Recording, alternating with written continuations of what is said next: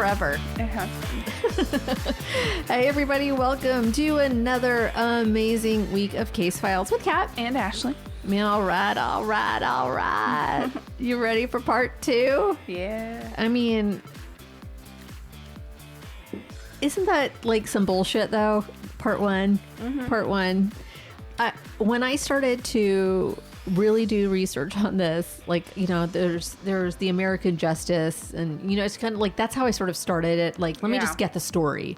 So I watched an episode of American Justice from 1997 or something, maybe 2000. It was a very old episode with, what's his name? Kurt. What's his name? I know who you're talking about. I don't know his name. With that voice, right? And I just was listening going, wait, what happened? You know, like it doesn't go into all of the detail that I just went into for part 1. So, you know, there's a lot that's omitted. And certainly doesn't get into some of the things that I talk about here. And there's a couple of those other little documentaries. They really don't get into the things I'm probably going to talk about. I think it's some podcasts do, because holy hell, the misogyny starts really coming out. Shocker. I'm right. And so this is the 70s. So really a lot comes out. Bill Curtis. Thank you. Yeah. Thank you. American. His voice though. Yeah. Isn't it just dreamy? Okay. So what are you drinking right now? I am drinking another Texas beer. Last week I had Martin House, Fort Worth, because conveniently your story is Fort Worth. This one is the Houston one, though. It's that strawberry kiwi cider again from St. Arnold, which is just lovely. It is so good. I am also drinking a St. Arnold beer. This one is the Banger IPA, which is the Imperial Hazy IPA. Oh. I know. 8.4%. Oh, shit. I know. Uh-oh. I don't know what this is. 5.6. So fresh, so fruity. So fresh and so clean. All right. My Part support 2. kitty has made an appearance. I haven't seen him in weeks. He is really interested in your dog. Both of them were in my jacket. I don't know. There's no drugs. So, all right. Part 2. Money, murder, misjustice. Okay. Let's do it. Okay. So we're going to pick up where we left off. It's the night of August 2nd. Horrible tragedy. Horrible night. It was horrific. 2 people were brutally murdered, a 12-year-old and a grown man, and 2 others were gravely injured. So Priscilla Davis's 12-year-old daughter, Andrea, and her boyfriend, Stan Farr, were both shot and killed. Priscilla herself and Andrea's friend, Bubba Gavril, were also shot, leaving them with lifelong scars, physical and emotional. Bubba was actually paralyzed from the waist down. And Priscilla took a bullet to the chest that exited through her back, causing her just immense pain for the rest of her life. Now, here's where the rumors start to get really wild. Some people claimed that her breast implants saved her life. Spoiler alert, that's not true.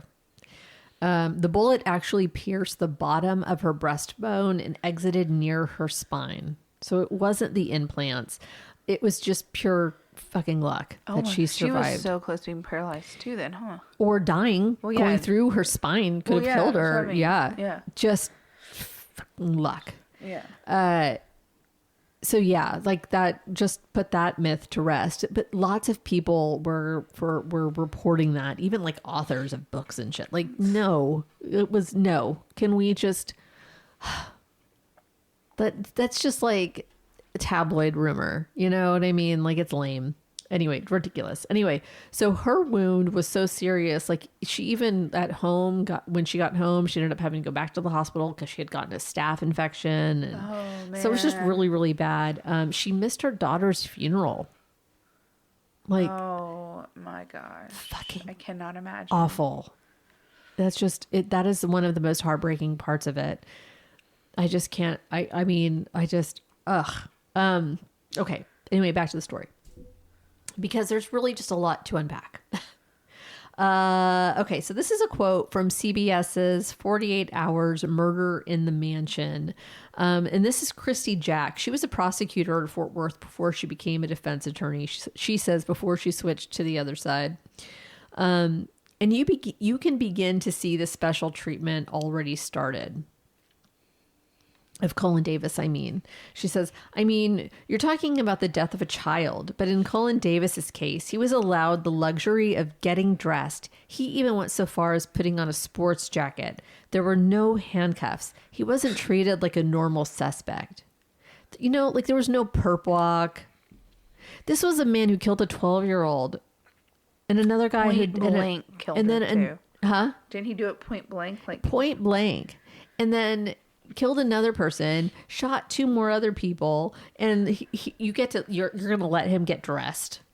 You know, like not even going to put handcuffs on him, not even going to like, there's no show that this is like the justice system being equal for all people. Yeah. I'm not surprised. Black, brown people die because they were trying to sell cigarettes or gave a fake $20 bill. You know what I mean? Like, the system is not equal. You know, I just, this is the kind of shit that makes me so mad. He killed a 12-year-old. He killed a fucking 12-year-old. Anyway, Cullen Davis claimed that he was in bed at Karen's house during the shootings, but Karen admitted she had taken a sleeping pill and cannot account for Cullen's. Good for her for not lying for him, though. Can I just say that? Well. Okay. Sorry. Yep. Sorry for giving her the benefit of the doubt. Yep, you did. So right now, she's still the mistress of Cullen Davis. Oh, okay. They call her the girlfriend, but she doesn't get nearly as much bad press as Priscilla does. So right now, she's the mistress. Okay. And so that, you know, that probably has something to do with it. Marry me and I'll say what you want me to say. Oh, you know what okay, I mean? got it. So within hours of his arrest, a judge set bail at just $80,000. Despite being accused of shooting 4 people and killing a child, the multimillionaire posted bail and was released the same day. Now, $80,000, this is what Christy Jack said. Now, $80,000 is a lot of money, said legal expert Christy Jack. But to him, back then, it was a pittance. So let's break this down. So after the shootings, Priscilla started calling her friends for help, and all of their husbands started to pitch in and help with the investigation. Judy McCrory, who was a friend of Priscilla's, her husband was David, and he was the one who broke the news to Dee that Andrea had died. Like they were all surrounding, they were there at the hospital, they were all together, and he was the one that told Dee that her sister had died that night. He also was the one that called Jack Wilborn, telling him, you need to come to the hospital right away. I can't imagine the guilty feeling that Dee would have knowing that she should have been there and her sister was the one that ended up dying. She went through a lot of, she went through it. She went through it later in life. Imagine. She struggled with addiction issues and just a lot of, I'm sure, all having to deal with this. And so once Jack arrived to the hospital, he rushed there because he couldn't imagine telling Jack over the phone that his daughter had been shot and killed. So he just said, you need to come to the hospital. Something's happened. You need to come to the hospital. So when he showed up, it was Dee that ran to him and said, Cullen killed Andrea. Meanwhile, Ken Jr. so this is all happening at the hospital. Ken Jr. had called Cullen, who was at Karen's house, and asked him if he knew about the shootings and if he knew that the police was looking for him. And Cullen's response was like super casual. He asked Ken, how do you know? I fucking hate this guy. Ken was like confused and replies, what are you talking about? And Cullen's response was, I guess I'm going to go back to bed. Like, what? Like what? What a jackass. So, but by then, Karen's house was already surrounded by police. And just like I said earlier, he was allowed to get into clothes, put on his sports jacket, dress all nice. Did they even have their sirens on? Or was it just no, it's like, hey, we're going to come and arrest you. There was no convenient for you. Can you just, seriously. So after Cullen posted his pittance of a bail, it was ridiculously low for someone who just killed 2 people, including a child, and shot 2 others. The justice of the peace who approved it actually said, actually frickin' said, and I quote, "Oh, the man will probably never hurt anybody again. He was drunk." Excuse me? He was drunk. The police told me he was drunk. And they say when he gets drunk, he gets really mad. Like what? He killed a child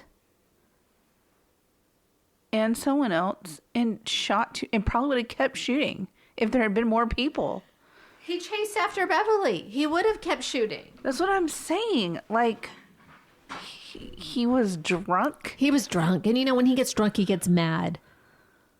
That's what the justice of the peace who approved the bail, that's what he said. Well, the police told me he was drunk. He's probably never going to hurt anybody again.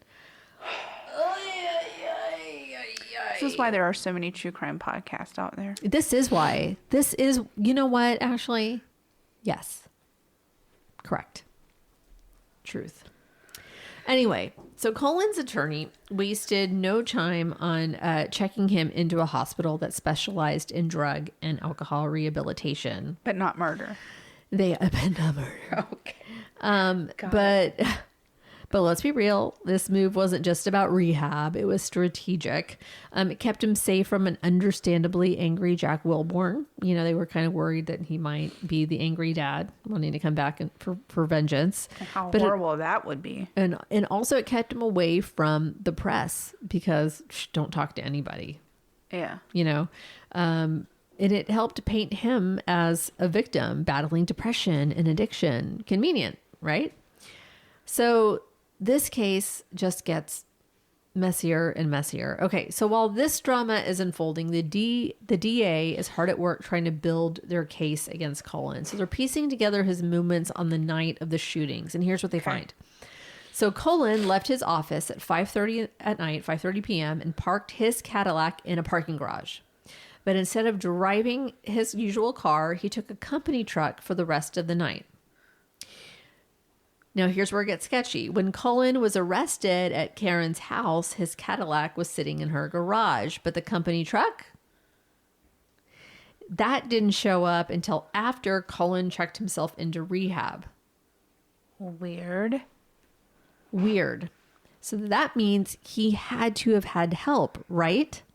Like, at the very least, someone had to drive the truck back or move it somewhere. I mean... Yeah, they would have had to have known where it was, how to get the keys. And then how to get his Cadillac back without him being gone. He had to have been at his house. There was... Yeah, there was planning. There was planning. At least one other person to at least do some of the driving. At least the driving. Yeah. Right? Or an accomplice of some kind. Yeah. Either way, it's shady.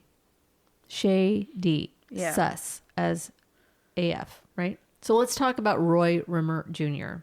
Roy Rimmer Jr. was the guy who was deeply loyal to Cullen. So loyal, in fact, that investigators had to look whether into he might have been the one who supplied Cullen with the gun that he used in the shootings. Priscilla put it bluntly, quote, "Roy owes everything to Cullen. If Cullen said frog, Rimmer would jump." That level of devotion definitely raised some eyebrows, and investigators were all over it. They're trying to connect Roy with the weapon or to figure out if he had anything to do with moving the truck. And they could never tie him to anything. They could never tie him to the gun. They couldn't prove that he moved the truck. It was like this guy just slipped through the cracks. Yeah. Even though his loyalty to Cullen practically screamed, "I'll do anything for you." Right. Yeah. And so it's so unfair. So while Roy stayed under the radar legally, his name definitely stayed in the mix, fueling speculation about just how far he might have gone to protect Cullen. And honestly, it just adds another layer of mystery to the night. Because how did he get there? Yeah. There wasn't a car for anybody. There wasn't a car anywhere for anybody to see that there was somebody else at the house. Like Priscilla and Stan didn't drive up and see another car in the driveway. And the whole wearing a wig thing, I just don't understand it because everyone recognized him. It almost feels like a last minute decision. It almost feels like, oh, that's good. You know, he was wearing all black, but why? You know, I mean, even with the wig, they recognized him. So it's like it wasn't. He's got a very fucking recognizable face. Yeah, he was a handsome guy. His car wasn't there. I just don't understand. You know what I mean? Like, that's extra to me. That is planning, because you had to have planned to have the wig. You didn't just show up and then get angry and decide to shoot someone. But they're not. Their defense is that it wasn't him. That's their defense, that he wasn't there. He wasn't there. So, okay. The DA definitely had the work cut out for them. So let's keep unraveling this bullshit. Okay, so concerned about the possibility of Davis fleeing, authorities had to keep Cullen under surveillance. They knew Cullen had his own private jet and where it was stored. Of course he did. So just a month after his arrest, their fears seemed justified when police intercepted Davis heading to the airport. He was stopped as he was walking up the ramp to his plane. What? They didn't take his passport or anything? Davis claimed he was only planning a quick trip to Houston. In a private plane from Fort Worth? Uh-huh. It happens. Well, I mean, I guess. If you've got the money. I'm with the poors. I know. Okay, I'm sorry. I'm with the poors. I'm part of the... I didn't know that was a thing, to take a jet from Fort Worth to Houston. So much for faster. A quick trip. So much faster. This time, they took him into custody and handcuffs. I need a yawn. Oh. Okay. He was charged for all 4 cases, but Andrea's murder would be the first to go to trial because it was the most sympathetic. It was like the most heartbreaking. They felt like they would do better with that case. I mean, she was 12. Can we say it again? So as Cullen sat behind bars, investigators dug deeper into his life, and they were able to see that this was a man with a fiery temper. Like, they saw the history of domestic violence and somebody who was used to getting his way always. And the more they learned, the more they began to piece together a picture of a man whose life of privilege may have just led to this unimaginable night. Didn't his father try to prevent this kind of behavior and stuff by making them? But he was the one of the two of the other two. The ones that really weren't. No one gave a shit about. He was just kind of rightfully so. Yeah, he was the one that neither one of the parents liked a whole lot. He wasn't the favorite. And he was also the kid that wanted to be showy. He wanted to show, and that wasn't them. He was so different from everyone else. Like he wanted to be like, hey, look at me, even though he was like a reserved syndrome to the extreme. Yeah, like even though he was like a reserved person, and maybe that's why that petite little buxom blonde is just the show of that, of having that on your arm. That was just his thing. Yeah. The authorities were had already been... Oh, okay. They're about to come in. Okay. So they were worried that he was about to run, and they were right to have been worried about that. He was going to get a quick trip. He was about to run. He was running. And so at this point, the DA had no choice but to go ahead, and there's some legalese as to why this is the case, but they decided to go ahead and charge him with capital murder on this case. It would have caused it speeds things up a little bit in that regard, and there's some stuff that just started to kind of go out. I was reading it and I wasn't understanding it, but this is what the prosecution had to do. Okay. And Cullen was at this point going, this is capital murder. I'm facing the very real possibility of the electric chair. It's Texas. This is a 12-year-old kid, and he's going to fight for his life now. And the big question hanging over the case was whether, for the prosecution, was whether Priscilla would even testify against him. You can open it. That's fine. There were a lot of reasons to doubt that she might not.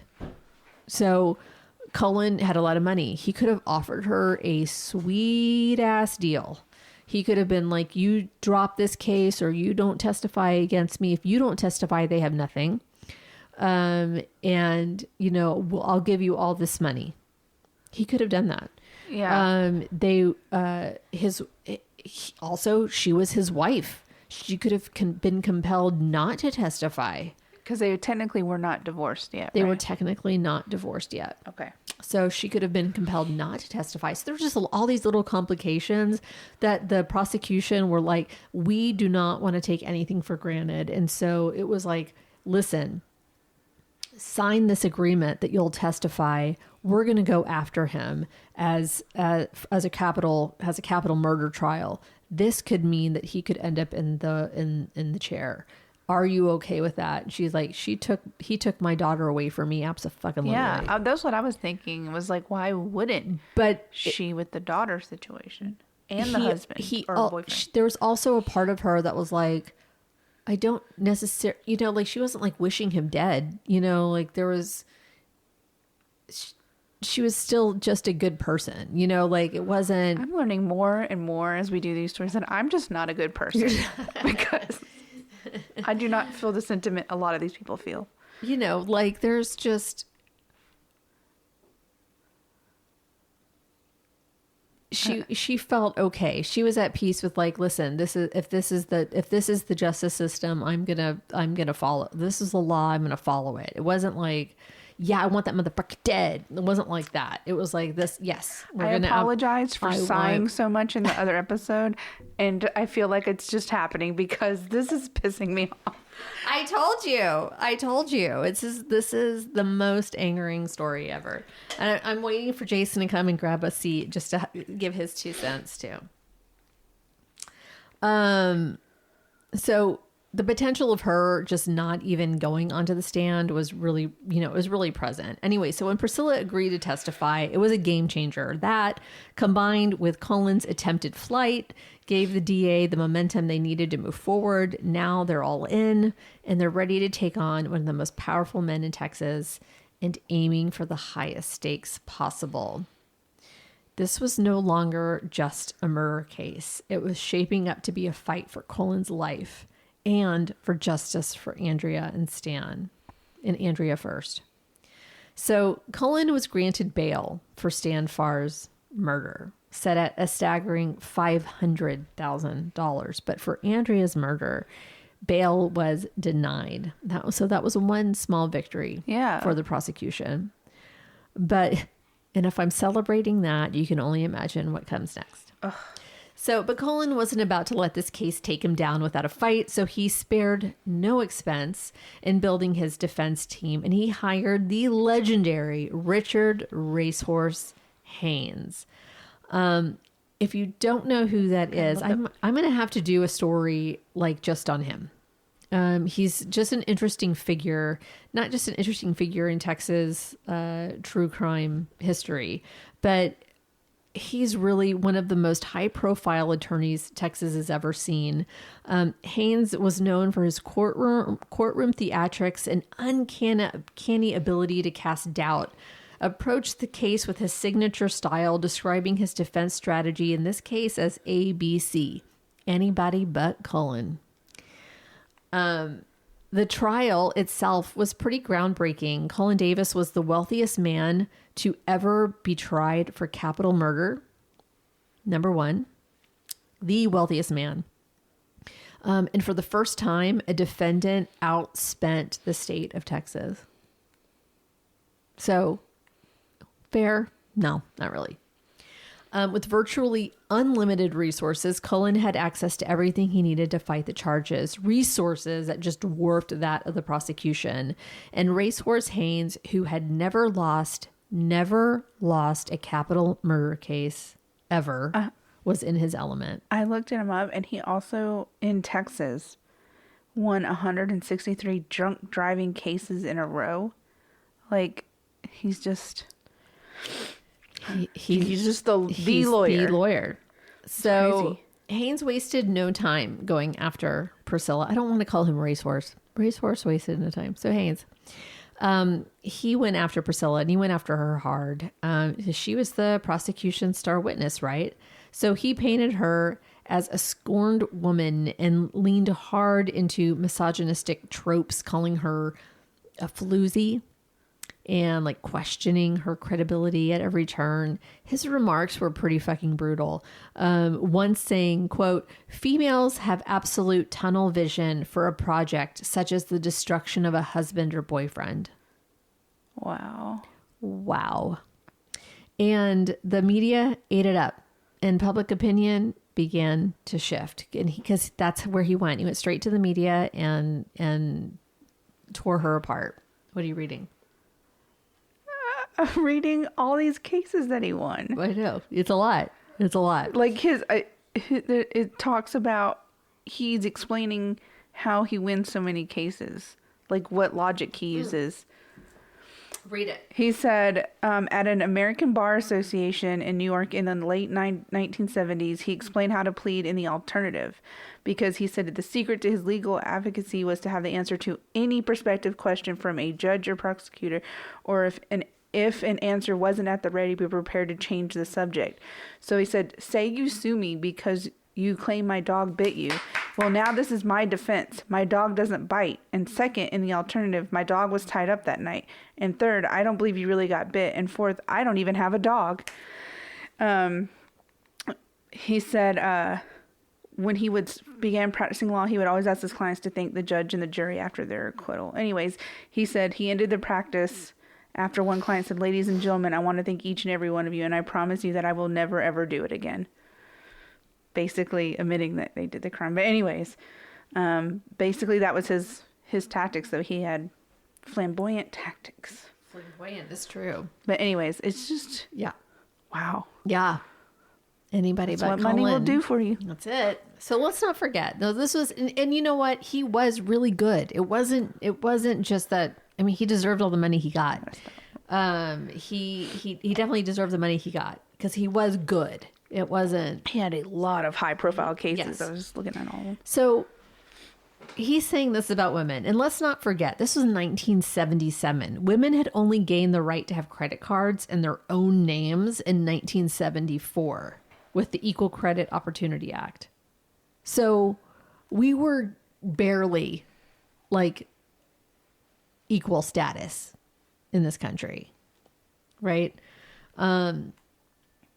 Society certainly didn't view us as equals at that time. And so Priscilla was just a perfect target. She was just, it was so easy. It was so easy for them to take her down in the court of public opinion anyway.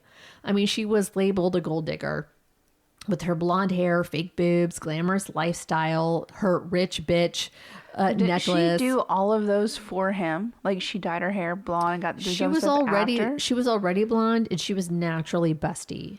She went more platinum. Okay. She went more platinum and got a boob job to enhance what was already there. Okay.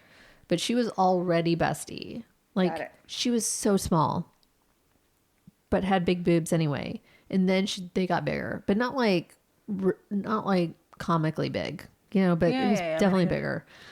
The narrative turned into that it was a trial against Priscilla and not Cullen killing a 12-year-old. I mean, but isn't that how it normally goes for victims? So, yes. Because in the midst of that smear campaign, Andrea's name was like never fucking mentioned at trial. Never. Right. And, like or Stan, like, but there were just, this was just about Andrea.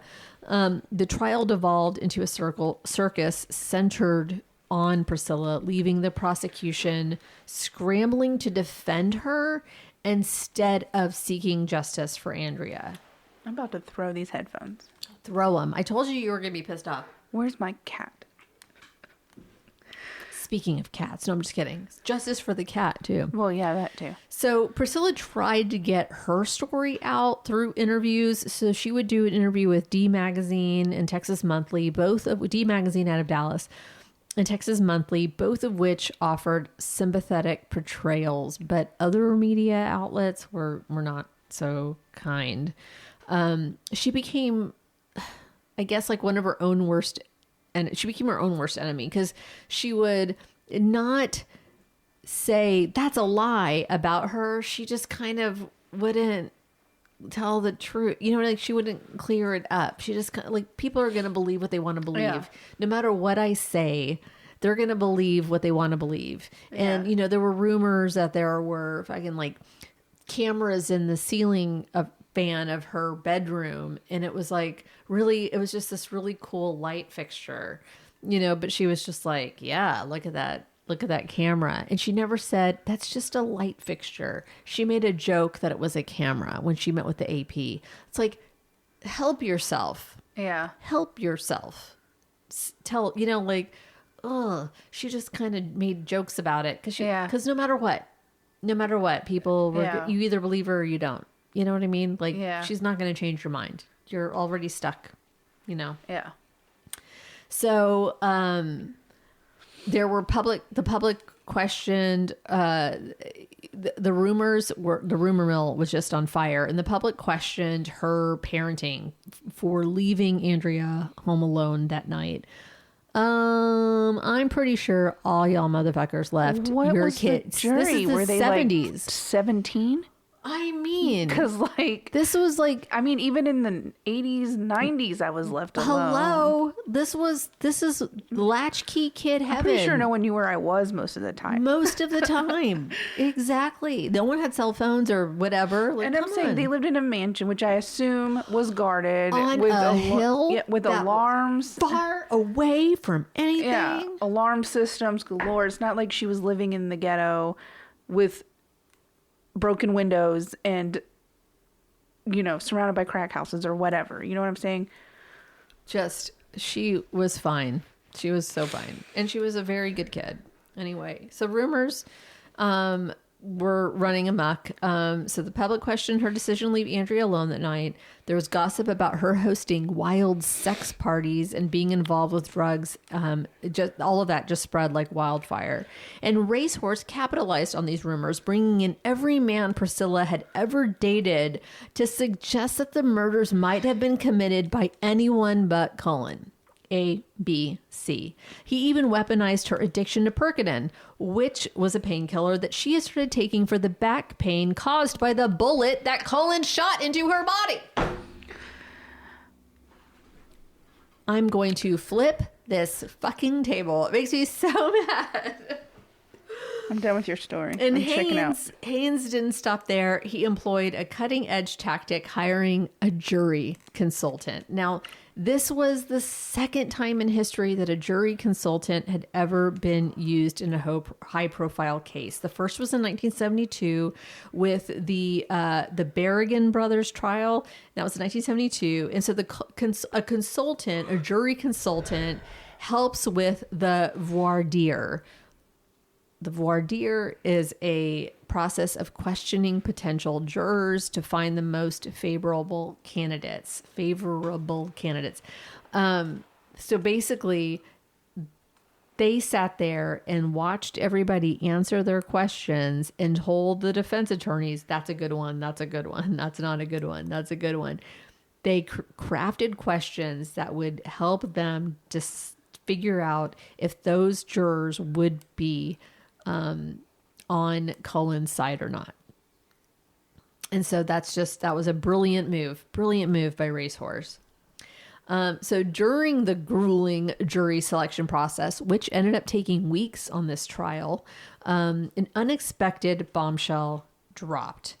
One employer contacted the court claiming that one of his employees who had been chosen for the jury had called him and said, quote, "Why don't they just hang the guilty son of a bitch and get it over with?"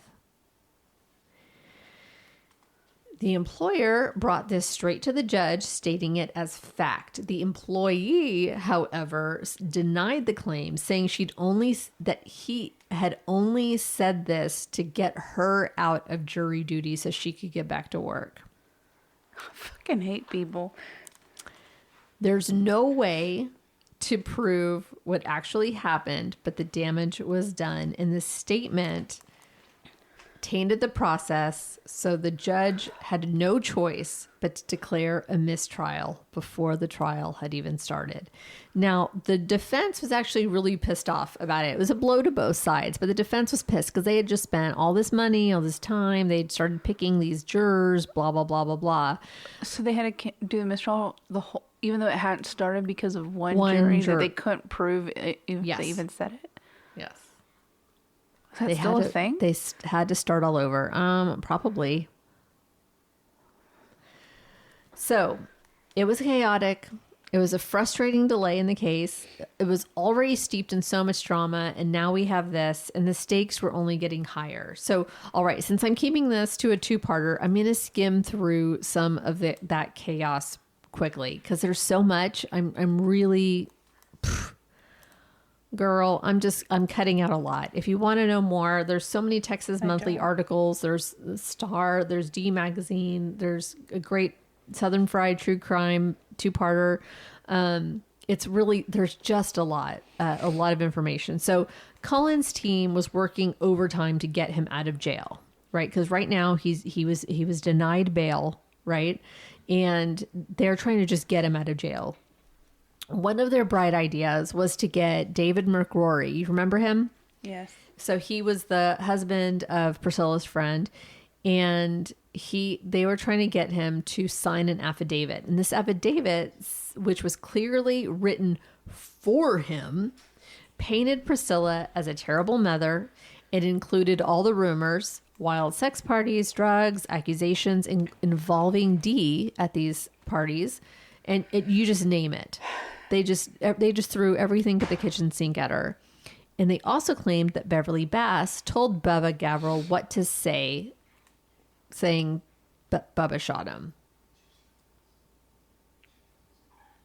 Saying that Cullen shot Bubba. Sorry. So telling, hey, Bubba, make sure you say that Cullen shot you. But he did shoot him.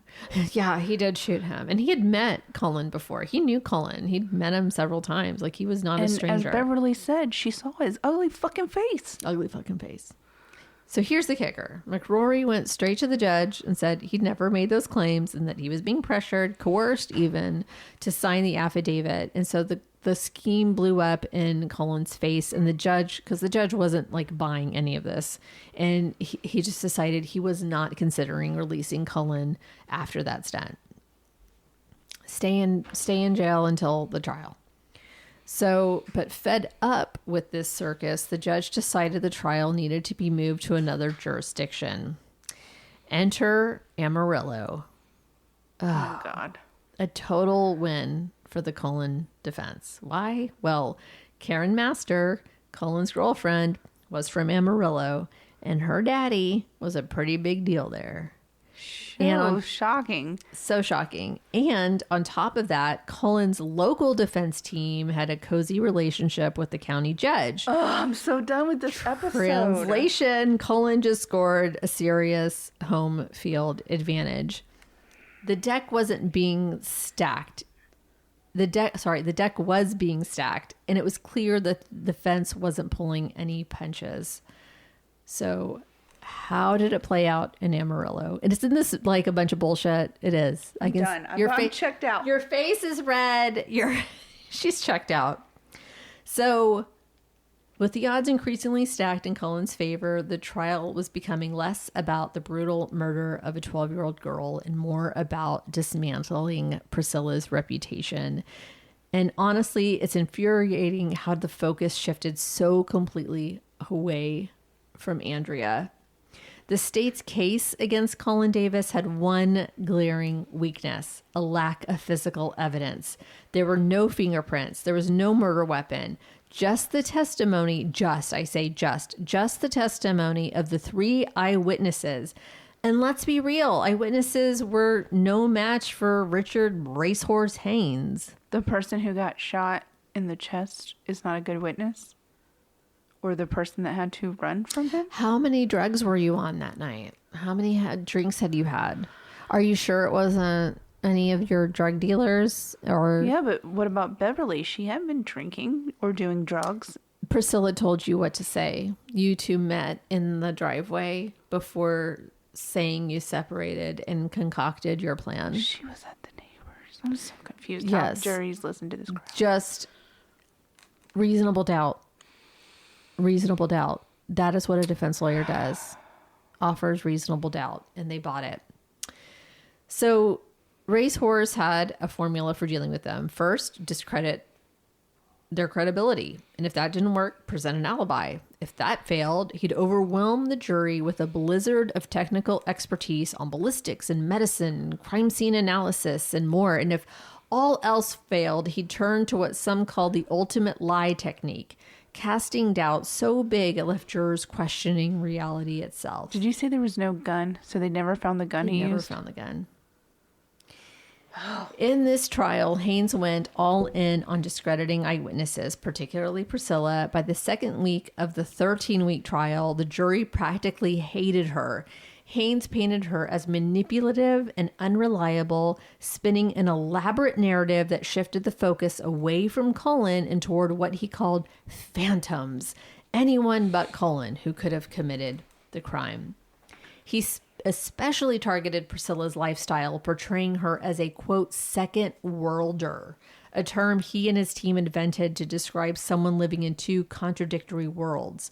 On one hand, she mingled with Fort Worth's elite. On the other, she partied with the drug dealers and criminals. Wasn't it his client that was watching donkey shows and shit in other countries?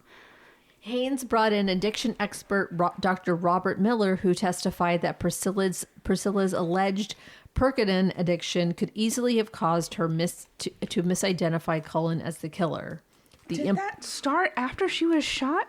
The implication, she was confused, unreliable, and maybe even dangerous. Haynes didn't stop there. Despite claiming to dislike showboating, he couldn't resist. He seized every opportunity to perform for the jury. Sometimes it was a knowing glance to the jury box, silently asking, "Did you hear what she just said?" You know that look.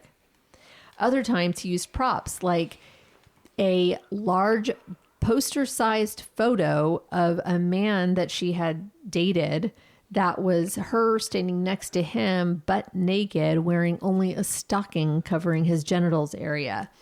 He never showed it to the jury, but it was big enough and see-through enough that they could see it from the back and see what the picture was. Did they have a big blow-up cardboard picture or whatever of the murdered 12-year-old? They sure didn't. Like I said, the prosecution failed Andrea in this. It was all like, okay, no, we got to protect Priscilla. Let's defend Priscilla. And it wasn't, let's defend Andrea. It was really, really, really sad. Anyway, the photo, yawning, sorry. The photo wasn't admitted into evidence, but it was like transparent enough that the jury saw it. You know, like, why are you taking picture next to a man wearing only a stocking, floozy? What does any of that have to do with her daughter getting murdered? It has nothing to do with her daughter getting murdered. They're just trying to say, hey, look at all these like crazy people you hang out with. It could have been one of them. You don't know. And you're on drugs, so you don't know.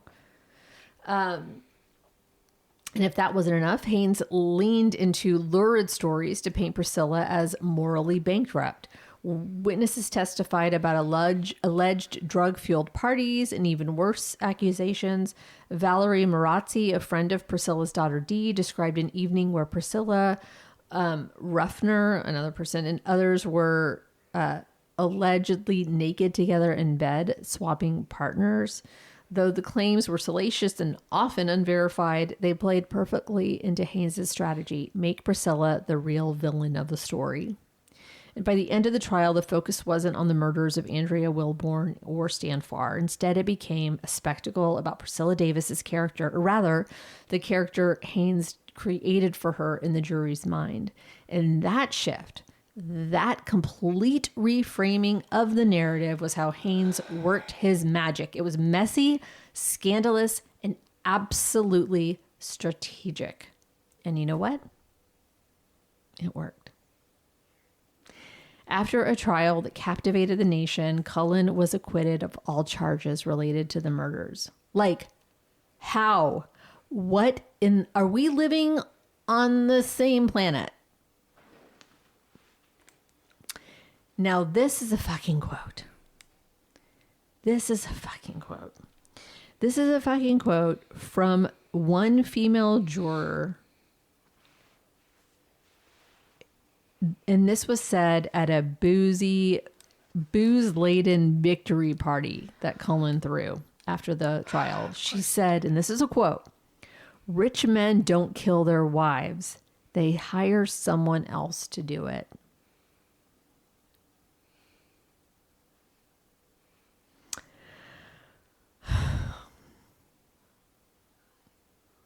That makes me want to throw shit. That makes me want to throw a lot of things. But there were witnesses. It's just the complete and utter disregard for the facts. There were witnesses. They know this man. There were people who were shot and survived and ID'd him. Uh-huh. What rich men don't kill their wives. They have people do it for them. But wait, there's more. It doesn't end. I know. Okay, I gotta hear that. Okay. Oh, there's more to make you mad. There's more to make you mad. I know. So, in related civil litigation concerning Andrea's death, following the murder trial, Cullen won and was found not liable for her death. Fuck all of you. The children of Stan Farr later sued Davis for wrongful death of their father, and they received $250,000 out-of-court settlement.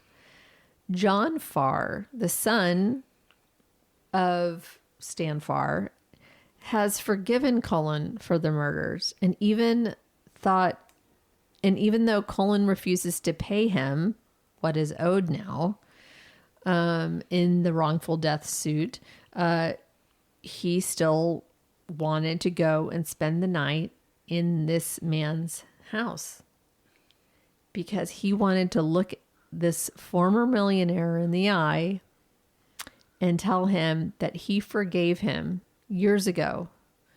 And he's there for Cullen if he wants to ever get anything off his chest. Well, these people are better than I am. That's all I'm going to say. Because I don't want to go to jail. These people are better than I am. So, like, what the fuck? WTF. So let's fast forward to 1978 when there's more? Yep. I told you there was more. Okay, 1978. Cullen Davis found himself in the hot seat again. This time, he was arrested for allegedly hiring a hitman to murder both Priscilla Davis, the judge overseeing their divorce litigation, and others. So here's how it went down.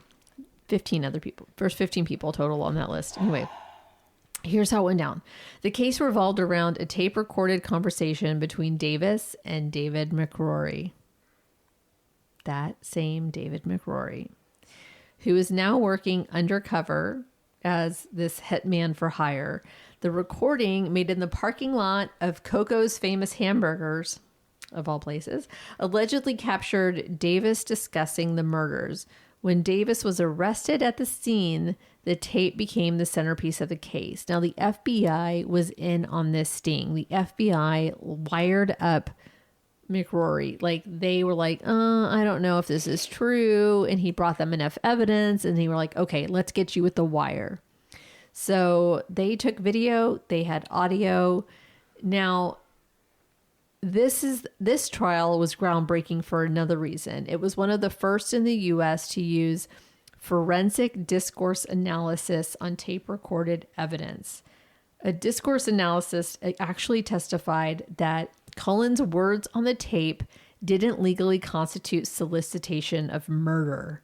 So when McCrory said the judge was dead and Cullen replied, good, He said good because he found his sunglasses. See? See?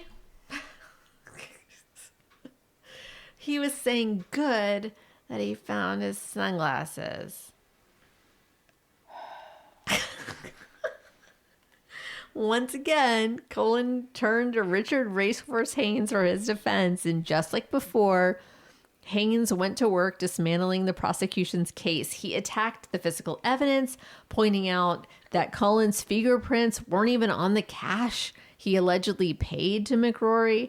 And in a new twist, Cullen took the stand in his own defense. And so he claimed that the entire plot was a setup orchestrated by Priscilla to frame him. He says that he got a call from someone from the FBI that there was a sting that was going to happen. That's what he said. So there's just, I can't even keep up with his stories. So he testified that he only went along with McCrory's offer to murder Priscilla and the judge in an attempt to eventually expose the scheme as her doing. It was a bold strategy, but it left the jury divided.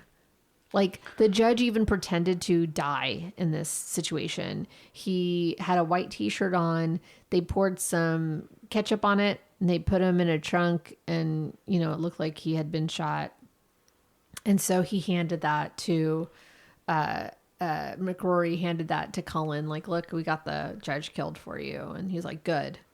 But that wasn't, it was his sunglasses that he was looking for. Right. Yeah. Right. So unlike his first trial, where most people just assumed Cullen would get off and walk, opinions were pretty split on this one. Many thought his best shot was a hung jury, but after the trial, Cullen was acquitted again. So what happened to Cullen after all this courtroom drama? Well, he found religion. Cullen became a born-again Christian and reinvented himself as a philanthropist and motivational speaker. Who are you fucking kidding me right now? Hires this motherfucker? Are you serious? I am serious. Who is he motivating? Speaking at prisons? Who is he motivating? Serial killers? Murderers? You can do it. Like, what? Who? I'm so Who done. wants to hear from him? I'm so done. So he started donating to charities and became, my God. Was it domestic violence charities? I sure do hope so. He became involved in evangelical circles. And to some, he was a genuine redemption story, right? Really, to most people, it was like, this is a bunch of bullcrap. What? Nothing? Okay. But let's not forget the victims here. Stan Farr and Andrea Wilborn's lives were tragically cut short, and Priscilla's life was forever altered, as was Beba's. The case serves as a chilling reminder of how domestic disputes can escalate into violence, and that violence can tear families apart. Cullen Davis's story remains one of the most infamous and perplexing chapters in Texas legal history. And just so you have some of like the updates on like the where are they now on the characters in this story who survived this awful night. Beverly and Bubba eventually got married. Oh, I mean, that's good. And they had a daughter. So thank goodness. Yeah, that's good. It's good that they stay together. Priscilla eventually died from breast cancer in February of 2001 in her Dallas home. She was 59. Jack Wilburn died in May 2005 in Euless, Texas, just outside of Dallas. Jack Wilburn Jr., or Jackie, was found dead, slumped on a park picnic table on December 4th, 2008. He was struggling with drug and alcohol addiction. He was 47.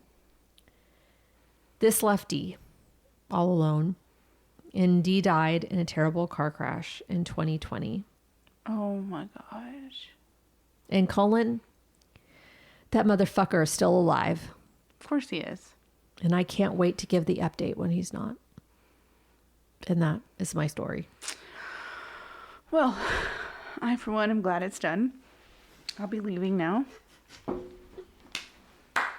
You're never allowed to tell stories again. You can blame the wizard for this one. Totally 100% his fault.